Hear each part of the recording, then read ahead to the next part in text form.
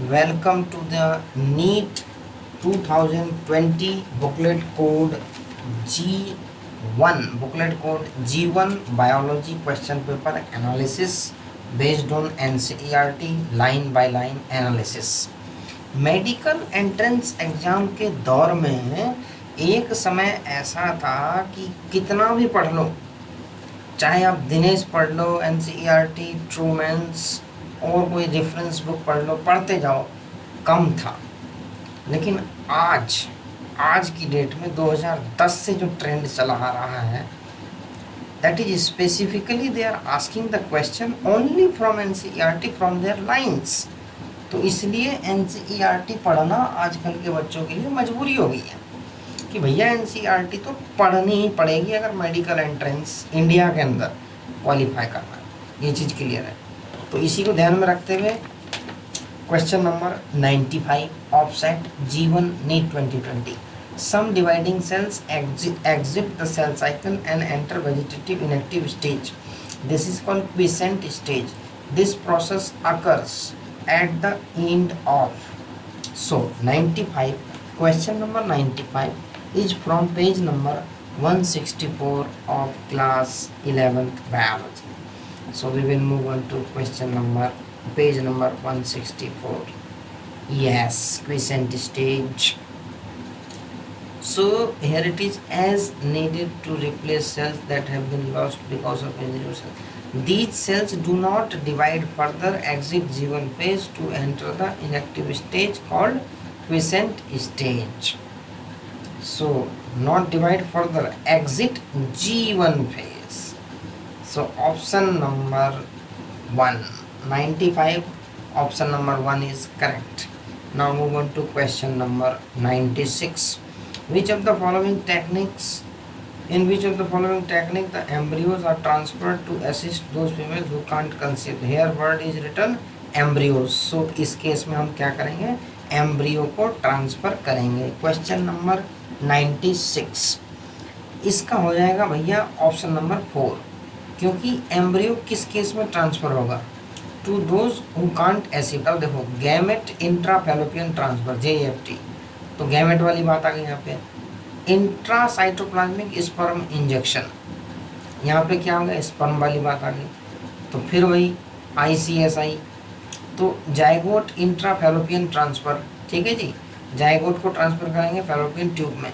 Intra uterine transfer, तो हम सीधा इंट्रा यूटराइन के अंदर ट्रांसफर कर देंगे। क्वेश्चन नंबर 96 के लिए हम पेज नंबर 64 पे जा रहे हैं, क्लास 12th की पेज नंबर 64 पे चलते हो। पेज नंबर 64 पे चलते देखते हैं क्या क्या दिया हुआ है। सो असिस्टेड रिप्रोडक्टिव टेक्नोलॉजी इसको बोलते हैं, जो भी टेक्नोलॉजी है। एम्ब्रियो ट्रांसफ़र, ठीक है जी, ये एम्ब्रियो ट्रांसफ़र टेक्नोलॉजी हो गई। इसके अंदर देखो द जाइगोट और early embryo with up to 8 blastomere would then be transferred into the fallopian tube, ठीक है, इसको बोलेंगे जाइगोट इंट्रा फैलोपियन ट्रांसफर। अब embryos with more than 8 blastomere into the uterus, intra uterine transfer. तो embryo की बात सिर्फ इन दो में कही गई है। अब कोई और देख लेते हैं। गैमेट इंट्रा फैलोपियन ट्रांसफर में क्या है, ट्रांसफर ऑफ एन ओवम, ठीक है जी, ओवम का ट्रांसफर है, corrected from A donor into the fallopian tube. So gamete intra fallopian transfer, तो इस केस में क्या जा रहा है, ओवम, तो ये हमारा ऑप्शन नहीं हो सकता। अब स्पर्म पे आ जाओ। अब ये देखो इंट्रासाइटोप्लाज्मिक स्पर्म इंजेक्शन, अब क्या है, another who can't produce one but can provide suitable enough for fertilization and further is another method attempted. Intracytoplasmic sperm injection is another specialized procedure to form embryo in the laboratory, ठीक है जी, laboratory के अंदर है। in which sperm is directly injected into the ovum, ovum के अंदर sperm को हम सीधा इंजेक्शन देंगे, तो वो हो गया तुम्हारा इंट्रासाइटोप्लाज्मिक स्पर्म इंजेक्शन। तो इस हिसाब से हमारा जो ऑप्शन है वो कौन सा करेक्ट है भैया, option number 4, zygote intrafallopian transfer and intrauterine transfer. Question number 97, which of the following statement are true for phylum Chordata. तो हमें ट्रू बताना है, जब 4 ऑप्शन है ट्रू एक ही है तो इसका मतलब now. Which of the following statement are true for phylum Chordata, 1 2 3 4 statement है, इसमें से 2 करेक्ट है 2 इनकरेक्ट हैं। देखें कौन कौन सा है। क्वेश्चन नंबर 97 पेज नंबर 55 से है ये। So in Urochordata, notochord extend from head to tail and it is present throughout their life. So in vertebrata, notochord is present during the embryonic period only. Central nervous system is dorsal and hollow. देखो भैया एक चीज देख लो, जो central nervous system है ये chordate के अंदर डॉर्सल है कि वेंट्रल है, ये तुम्हें ध्यान देना है। तो Chordata is divided into 3 sub phyla, हेमिकोर्डेटा, ट्यूनिकोटा, सिफेलोकोर्डेटा। अब हम पेज नंबर 55 पे चले जाते हैं डायरेक्ट। पेज नंबर 55 पे जाने के बाद you will find the answer for this question. अब देख लो, इधर आ जाओ, पेज नंबर 55 पे हम आ चुके हैं। अब now we will analyse detail by detail. So phylum chordata is divided into 3 sub phyla, यूरोकोर्डेटा और ट्यूनिकेटा, सिफेलोकोर्डेटा एंड वर्टिब्रेटा। तो इसके हिसाब से अगर हम देखें तो कोर्डेटा डिवाइडेड डी हमारा इनकरेक्ट हो जाएगा। क्वेश्चन नंबर 97, ठीक है जी, डी नहीं हो सकता। अब आगे पढ़ते हैं क्या लिखा है। आगे हम पढ़ रहे हैं in Urochordata notochord is present only in larval tail. किस केस में है भैया ये? यूरोकोर्डेटा में। कहाँ तक है? लार्वल टेल में है। तो अब हम ये देख लेते हैं क्या दिया हुआ है। In vertebrata, notochord is present during the embryonic period only. Throughout their life, in Urochordata, notochord extend from the head to tail and is present throughout their life. Urochordata में कब तक कह रही है? Throughout their life. और यहाँ क्या line लिखी हुई है? यहाँ देख लो, in Urochordata, notochord is present only in larval tail. अच्छा जी, ऑप्शन नंबर 3 इसका जो है करेक्ट होगा, B and C. So, in vertebrata, notochord is present during the embryonic period only. और उसके बाद C, central nervous system is dorsal and hollow. अब human के अंदर क्या है कि हमारा जो डॉर्सल पोर्शन है वो पीछे वाला है और वेंट्रल आगे वाला है, ये उल्टा सिस्टम है, थोड़ा सा ध्यान रखना, बी सी। तो अब आ जाओ अनदर ऑप्शंस पे। The members of subphylum Vertebrata possess notochord during the embryonic period. तो वर्टिब्रेटा के अंदर क्या है? ड्यूरिंग द एम्ब्रियोनिक पीरियड ही है। और देख लेते हैं एक आध लाइन। यस, कितना ही है, 55 पे इस क्वेश्चन का आंसर है। तो इसमें तुम्हारे option number B and option number C, सिर्फ ये 2 करेक्ट स्टेटमेंट है, बाकी इनकरेक्ट है। ये वाला हमने देख ही लिया। In Urochordata, notochord extend from head to tail and it is present throughout their life. नहीं, तो ऑप्शन नंबर 97 के लिए option number 3 will be correct. Now move on to the next question. 99. Match the following column and select the correct option.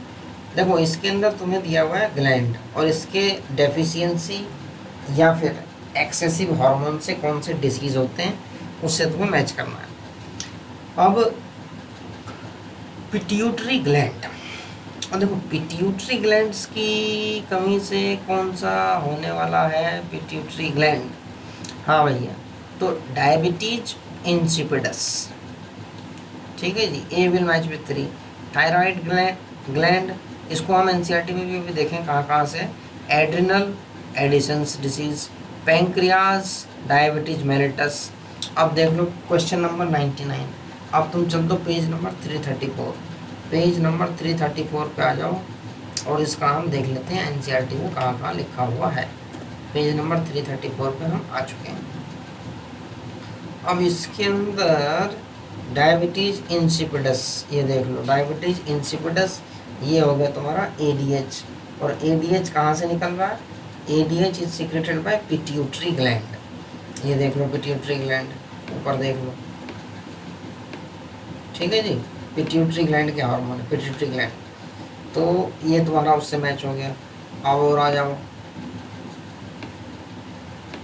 Pineal gland, thyroid gland. अब ये thyroid gland के अंदर हम देख लेते हैं कौन सी डिसीज़ ये कह रहे हैं। सो ग्रेव्स डिसीज़, तो ग्रेव्स डिसीज़ के लिए तुम्हारा कौन सा हो गया? एक्सोथैल्मिक गोइटर। और ये हो गया metabolic rate weight loss also called Graves disease, ठीक है जी। और आ जाओ नीचे, और तुम्हें मिल जाएगा ना थाइमस, थाइमस का हम नहीं देखेंगे। एड्रिनल ग्लैंड, यहाँ देखो एडिसन्स डिसीज, तो ये तुम्हारा मैच कर जाएगा इससे। और आ जाओ भैया नीचे, डायबिटीज मेलिटस का देख लो, पैंक्रियाज में मिलेगा वो, डायबिटीज मेलिटस। आ जाओ भैया पैंक्रियाज, कहाँ है diabetes mellitus? Yes, prolonged hyperglycaemia leads to a complex disorder called diabetes mellitus, तो तुम्हें इसका आंसर मिल गया है। सो क्वेश्चन नंबर 99, 99 में तुम्हारा करेक्ट ऑप्शन हो जाएगा ऑप्शन नंबर 2, क्योंकि A will match with 3, so A will match with 3, B will match with thyroid gland, thyroid will match with 1, so in this one, so our, and C will match with 4, Addison's disease, D will match with 2nd, so 99. Now move on to question number 100. Which of the following statement is correct? जब तुम्हें correct पूछ रहा है, statement है 4, 4 में से 3 होगी incorrect, बहुत इजी क्वेश्चन है। Adenine pair with thymine through 1 hydrogen bond, देखो 1 का तो कोई मतलब नहीं है, 2 और 3 सिस्टम होता है। क्वेश्चन नंबर 100, ये पेज नंबर 97 एनसीईआरटी में मेंशन्ड है। Adenine pair with thymine through 3 A and T will combine with 2 hydrogen bond, ये भी इनकरेक्ट हो जाएगा। Adenine does not pair with thymine AT, तो ये भी तुम्हारा इनकरेक्ट हो जाएगा। Adenine pair with thymine through 2H bonds होना चाहिए, ये करेक्ट है। 97 पे एक बार देख भी लो, हालांकि बहुत इजी क्वेश्चन है, but for those who are new और नॉट नो टू मच, उसके लिए ये चीज़ बहुत ज़रूरी है कि एनसीईआरटी में कहाँ से क्वेश्चन आ रहे हैं। तो भैया यहाँ देख लो, adenine form 2 hydrogen bond with thymine from opposite strand and vice versa, ठीक है जी, यहाँ क्लियर मेंशन है, तो इस लाइन को देख लो। तो ऑप्शन नंबर 4 आ जाएगा। 101 पे आ जाओ, question number 101, match the following concerning essential elements and their function in plant. तो ये भैया मिनरल न्यूट्रिशन का क्वेश्चन है। 101 पेज नंबर 197 98 पे हम देख लेंगे।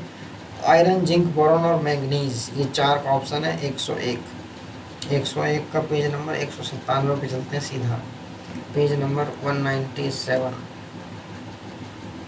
और 197 में नीचे की तरफ से मेरे ख्याल से दिया हुआ आयरन, यस आयरन दिया हुआ है। देखो, प्लांट ऑब्टेन आयरन, ये भी क्वेश्चन पूछा हुआ है किस फॉर्म में, तो फेरिक आयंस की फॉर्म में, essential for the formation of chlorophyll, तो आयरन का रोल आ गया फॉर्मेशन ऑफ क्लोरोफिल, ठीक है जी, फॉर्मेशन ऑफ क्लोरोफिल आ गया। और आ जाओ, मैंगनीज, स्प्लिटिंग ऑफ वाटर, तो फोटोलाइसिस ऑफ वाटर भी हम इसको बोल सकते हैं, तो स्प्लिटिंग ऑफ वाटर हो गया। जिंक का देख लो, synthesis of oxygen.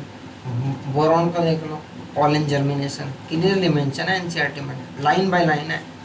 So question number 101, the correct answer will be option number 2। अब आयरन का क्या था भैया, required for chlorophyll biosynthesis. Zinc क्या है, जिंक का बताओ, indole acetic acid biosynthesis. Boron का क्या है, पॉलन जर्मिनेशन। मैग्नीज क्या है, photolysis of water. So 101 correct answer will be 2। 102 पे आ जाओ, question number 102, which of the following is not an inhibitory substance governing seed dormancy. देखो, कौन सा एक ऐसा है जो नॉट एन इनहिबिटरी, जो कि इनहिबिटरी नहीं है, बाकी 3 इनहिबिटरी हैं। क्वेश्चन नंबर 102, ये पेज नंबर 250 से है। अब जिब्बेरेलिक को हम जानते हैं ये ग्रोथ प्रोमोटिंग, बाकी ये तीनों एसिड है, ठीक है जी, तीनों क्या करेंगे, इनहिबिटरी हैं, क्योंकि एसिड है, ये भी एसिड है, लेकिन ये वाला जो है तुम्हारा प्रमोट करता है ग्रोथ को। तो 102 के लिए पेज नंबर 250 पे चल देते हैं, पेज नंबर 250 पे देख लो भैया क्या दिया हुआ है, प्लांट ग्रोथ रेगुलेटर्स। अब इसके अंदर हम देखेंगे कहाँ पे ये लाइन हमारी लिखी हुई है, abscisic acid. So ABA inhibits seed germination, ABA acts as an antagonist to gibberellic acid। तो जो काम एस्बिस्पिक एसिड का होगा वो उसका एगोनिस्ट होगा किसके लिए, जिब्रेलिक एसिड के लिए। तो जिब्रेलिक एसिड का काम इनहिबिशन का नहीं होगा। So the correct answer will be option number 4। तो 102 के लिए तुम्हारा जो करेक्ट आंसर है वो ऑप्शन नंबर 4 हो जाएगा। नाउ आगे भी देख लेते हैं, आगे भी देख लो ये questions. Question number 103, from his experiment SL. Miller produced amino acids by mixing the following in a closed flask. ये डायरेक्ट एनसीईआरटी है। 103 के लिए हम चलेंगे पेज नंबर 127 पे, क्लास 12 इवोल्यूशन से। तो पेज नंबर 127 पे आ जाओ। पेज नंबर 127, पेज नंबर 127 में देख लो क्या क्या मिलाई गई थी। वो जो क्लोज्ड फ्लास्क एक्सपेरिमेंट था जिसमें हम तुम्हारे so he created electric discharge in a closed flask containing methane है, हाइड्रोजन है, अमोनिया है और वाटर वेपर है 800 डिग्री सेल्सियस। तो ये 4 गैसेस हैं, देख लो। मीथेन, हाइड्रोजन, NH4 नहीं है, NH3 था। Methane, hydrogen, water vapour eight 600, ये भी नहीं होगा 800। देखो 800 वाले 2 ही हैं, तो ये देख लो ऑप्शन नंबर 4। 103 का हो जाएगा ऑप्शन नंबर 4 इज करेक्ट। 104 पे आ जाओ। Experimental verification of chromosome theory of inheritance bye given by. ये भैया डायरेक्ट लाइन बाय लाइन है, line by line. 104 experimental verification. 104 आ जाओ पेज नंबर 83 पे, पेज नंबर 83 क्लास 12 में ही है। 83 में आ जाओ, देख लो क्या लिखा हुआ है। एक्सपेरिमेंटल वेरिफिकेशन किसने किया था, क्रोमोसोमल थ्योरी ऑफ इनहेरिटेंस का। तो एग्जैक्ट लाइन आपको मिल जाएगी।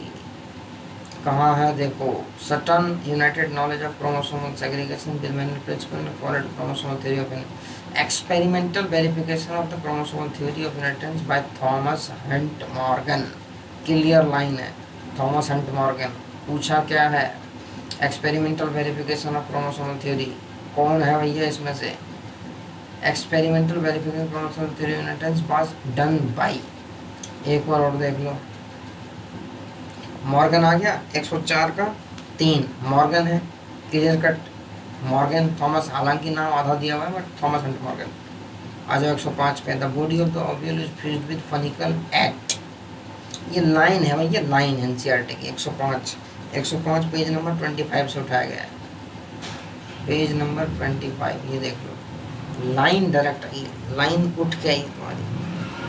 अब इसमें हम देख लेते हैं कहाँ पे है। आ जाओ भाई, कहाँ है क्वेश्चन नंबर, ये द मेगास्पोंजियम, ये हो गया भैया, हाइलम हो गया। The body of the ovule fuses with funicle in the reason called hilum. ठीक है जी, तो हाइलम आपका करेक्ट आंसर हो जाएगा। द हाइलम 105 का ऑप्शन हो जाएगा भैया 4। 105 का हो जाएगा करेक्ट आंसर 4। 106 पे चल लो। 106 पे देखते हैं क्या कहता है। Identify the correct statement with reference to human digestive system. तो serosa is the innermost layer of the alimentary canal. Serosa तो नहीं होता बिल्कुल भी, सिरोसा भैया सबसे आउटर मोस्ट है। Ileum is highly coiled part, ये करेक्ट है। Vermiform appendix arise from duodenum, नहीं। कौन सा किसका पार्ट है, लार्ज इंटेस्टाइन का। तो ileum opens into small intestine, नहीं। तो आपका करेक्ट स्टेटमेंट ये हो जाएगा। अब देख लेते हैं 106 पेज नंबर 259 पे चल लो, पेज नंबर 259 क्लास 11 में डाइजेस्टिव सिस्टम से, पेज नंबर 259। अब देखते हैं हम इसके अंदर हाईली कॉइल्ड इलियम। ठीक है जी, कॉइल इसके लिए लिखा हुआ है हाईली कॉइल्ड है, तो ये तुम्हारा हो गया क्लियर। यहाँ से ileum open into the large intestine, जो इलियम है तुम्हारा लार्ज इंटेस्टाइन में ओपन होता है। Vermiform appendix which is vestigial organ arise from caecum, caecum तुम्हारा लार्ज इंटेस्टाइन का पार्ट है। ठीक है जी, तो क्लियर लाइन बाय लाइन है। एक और रह गया, serosa is the outer most layer, वहाँ कहते हैं वो इनर मोस्ट लेयर। तो ये तुम्हारा मैच कर गया। क्वेश्चन नंबर 106, 106 का जो तुम्हारा करेक्ट आंसर हो जाएगा भैया सेकंड। 106 का सेकंड। 107 पे आ जाओ। Dissolution of the serotonin complex occurs during, exact line है भैया एनसीईआरटी का, एग्जैक्ट लाइन। 107 के लिए भी बता रहा हूँ पेज नंबर क्या है। 107 क्वेश्चन जो तुम्हारा पेज नंबर 168 से है, पेज नंबर 168 पे जाके देखो क्या लिखा हुआ है, डिसोल्यूशन ऑफ साइनोटोनिमल कॉम्प्लेक्स। अब हम देख लेते हैं कहाँ लिखी हुई है line. So dissolution of characterized by appearance of, आ जाओ कहाँ गया रिकॉग्नाइज बाय, ये देख लो, diplotene is recognised by the dissolution of the synaptonemal complex. ठीक है जी, तो डिप्लोटीन देख लो कहाँ है, डायरेक्ट आंसर है भैया डिप्लोटीन। और ऑप्शन नंबर 2 107 का करेक्ट आंसर 2 हो जाएगा। 108 फ्लोराइडिन स्टार्च है structure similar to, exact line है भैया, एग्जैक्ट लाइन 108 के लिए। अब हम जाएंगे पेज नंबर 33 पे कि फ्लोराइडिन स्टार्च क्लास 11th में, पेज नंबर 33 पे ये चले गए। अब आ जाओ इसके अंदर, अब तुम्हें फ्लोराइडियन स्टार्च दिखाता हूँ मैं। फ्लोराइडियन स्टार्च, ये देखो, the food is stored as floridean starch which is very similar to amylopectin and glycogen in structure. ठीक है जी, तो इसके अंदर देख लेंगे हमारा कौन सा ऑप्शन दिया हुआ है। तो आपका हो गया amylopectin and glycogen, option number 1 108। अब आ जाओ अगले क्वेश्चन पे।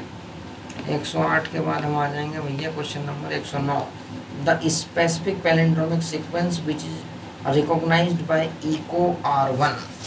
ठीक है, ये रेस्ट्रिक्शन नहीं है, कौन सा कैटेक होता है ना, GAATTC, देख लो एक ही ऑप्शन में GAATTC। तो बस तुम्हें कंफ्यूजिंग यहाँ पे ये था कि पहले 5 प्राइम है कि पहले 3 प्राइम है, तो 109 का हो जाएगा भैया ऑप्शन नंबर 4, पहले 5 प्राइम फिर 3 प्राइम। तो 109 जो है पेज नंबर 196 से लिया गया क्लास 12 बायोलॉजी से। 109 भैया page bye page line by line, page bye page line by line. तो गेटेक का देख लेते हैं कहाँ दिया हुआ है, NCERT लाइन बाय लाइन, ये देख लो ये सीक्वेंस कहाँ पे है, पेज नंबर 109 196। अरे क्या टाइप कर दिया, 196, वही तो मैं कहूँ 196 गेटेक। ठीक है जी, GAATTC। अब और देख लो एग्जैक्ट इसकी, ये देखो 5 प्राइम 3 प्राइम। ठीक है जी, कंफ्यूजन इसमें यही था, अगर जिसने इस पे ध्यान नहीं दिया उसका तो मुश्किल है भी मामला। तो ये भी थोड़ा ध्यान से देखना ये सब चीज़। तो question number 109 4th will be the correct. तो 109 का हो गया चौथा। 110 पे जो 110 में इन्होंने डिसीज दी हुई है उसको मैच कराने को बोला है, सेलेक्ट दी करेक्ट। अब 4 दिए हुए, 4 में से 3 इनकरेक्ट होंगे, एक ही करेक्ट होगा। अब देखो फिनाइल कीटोन्यूरिया देखेंगे हम, इसका डोमिनेंट तो नहीं है भैया ये। Sickle cell anaemia autosomal recessive trait, ये सही है ऑटोसोमल रेसेसिव, बस ये ध्यान होना चाहिए क्रोमोसोम 11 पे है कि नहीं है। ये NCERT में दिया नहीं है क्रोमोसोम 11, बट ये जरूर दिया हुआ है कि it is autosomal recessive. Thalassaemia X linked नहीं, ऑटोसोमल रेसेसिव है। Haemophilia Y linked no, X linked. आ जाओ, अब आ जाओ तुम 110 पे। ये जो 110 है ये तुम्हारा है पेज नंबर 90 और 91 पे क्लास 12th में।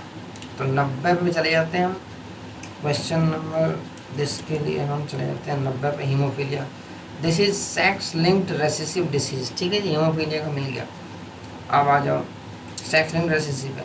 सिकल सेल एनीमिया देख लो भैया, ऑटोसोमल लिंक्ड रेसेसिव ट्रेट। ठीक है जी, अब आ जाओ अगले पे, phenylketonuria inherited as autosomal recessive. ठीक है जी, थैलेसीमिया ऑटोसोम लिंक्ड रेसेसिव। तो इस हिसाब से तुम्हारा जो करेक्ट आंसर हो गया वो हो गया तुम्हारा sickle cell anaemia autosomal recessive trait. अगर इतना भी है तब भी आप करेक्ट ऑप्शन मार सकते हो, हालांकि इट इज नॉट गिवन कि ये क्रोमोसोम 11 पे होता है, थोड़ा सा एडिशनल नॉलेज है।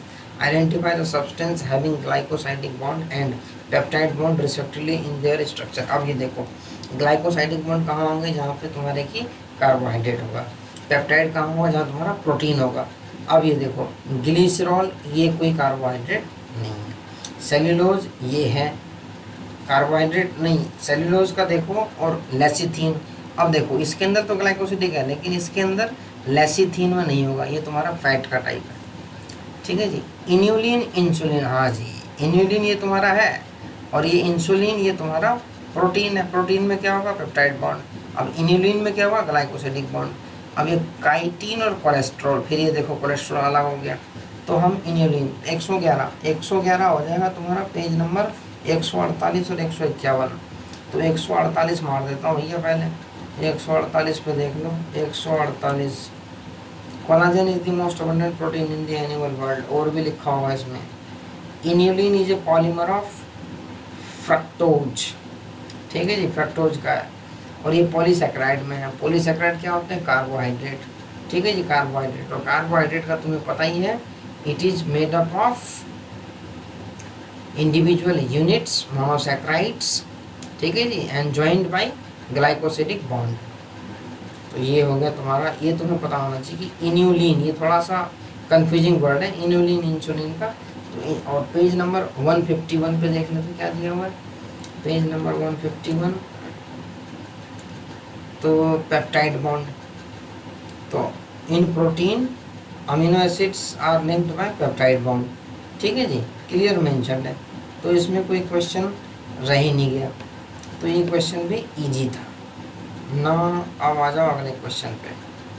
तो इसका आंसर हो जाएगा inulin insulin. Question number 112, the process of growth is maximum during.